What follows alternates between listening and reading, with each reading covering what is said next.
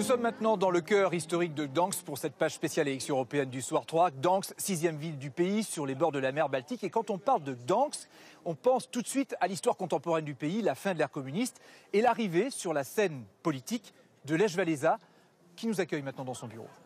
Merci Lech Walesa de nous accueillir dans votre bureau qui domine les chantiers navals de Gdansk qui sont liés à vous, à l'histoire de la Pologne et à votre image, à votre combat aussi. La Pologne est entrée dans l'Union européenne il y a 15 ans. Qu'est-ce que ça a apporté précisément à la Pologne ? Jusqu'à l'entrée de la Pologne dans l'Union européenne, nous faisions partie des pays en retard. Tout était figé dans le passé.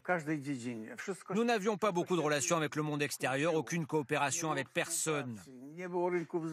L'entrée dans l'Union européenne nous a mis en mouvement, nous a permis de coopérer avec les autres. Nous avons bénéficié de ces échanges et ça n'a pas été profitable qu'à la Pologne. Vous dénoncez régulièrement les dérives autoritaires, voire antidémocratique du pouvoir actuel. Craignez-vous que la Pologne devienne un problème pour l'Europe ? Le problème, en fait, c'est que toutes les sociétés sont en demande de changement. C'est pour cela que les Américains ont élu Trump. Qu'en France, vous avez choisi un président au-delà des partis. Et qu'en Pologne, nous avons amené les jumeaux Kaczynski au pouvoir. Le monde entier a soif de changement. Tous ceux qui ont été élus l'ont été sur la base de ces promesses de changement. Le problème, c'est que nous n'avons pas pu proposer autre chose. Pensez-vous qu'Emmanuel Macron peut être celui qui va relancer l'Europe ? Macron a du talent et de la chance aussi, mais va-t-on lui laisser le temps de s'en servir ? Sa vision du monde est la bonne, mais le peuple a du mal à le suivre.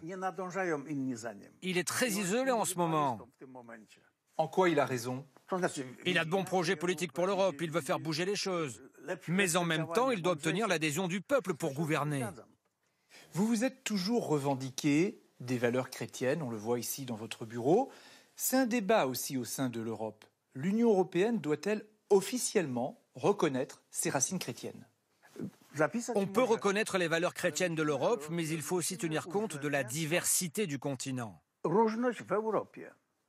Si on prend les racines chrétiennes comme notre dénominateur commun, cela ne doit pas empêcher de discuter avec tout le monde, même les athées. Il nous faut des règles de fonctionnement laïques.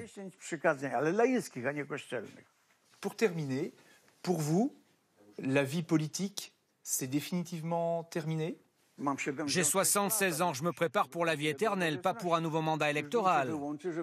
Si les choses allaient mieux, je me retirerais même de toute vie publique. Plutôt que de bâtir une société du futur, on appuie sur nos différences. Comment rebâtir notre monde ?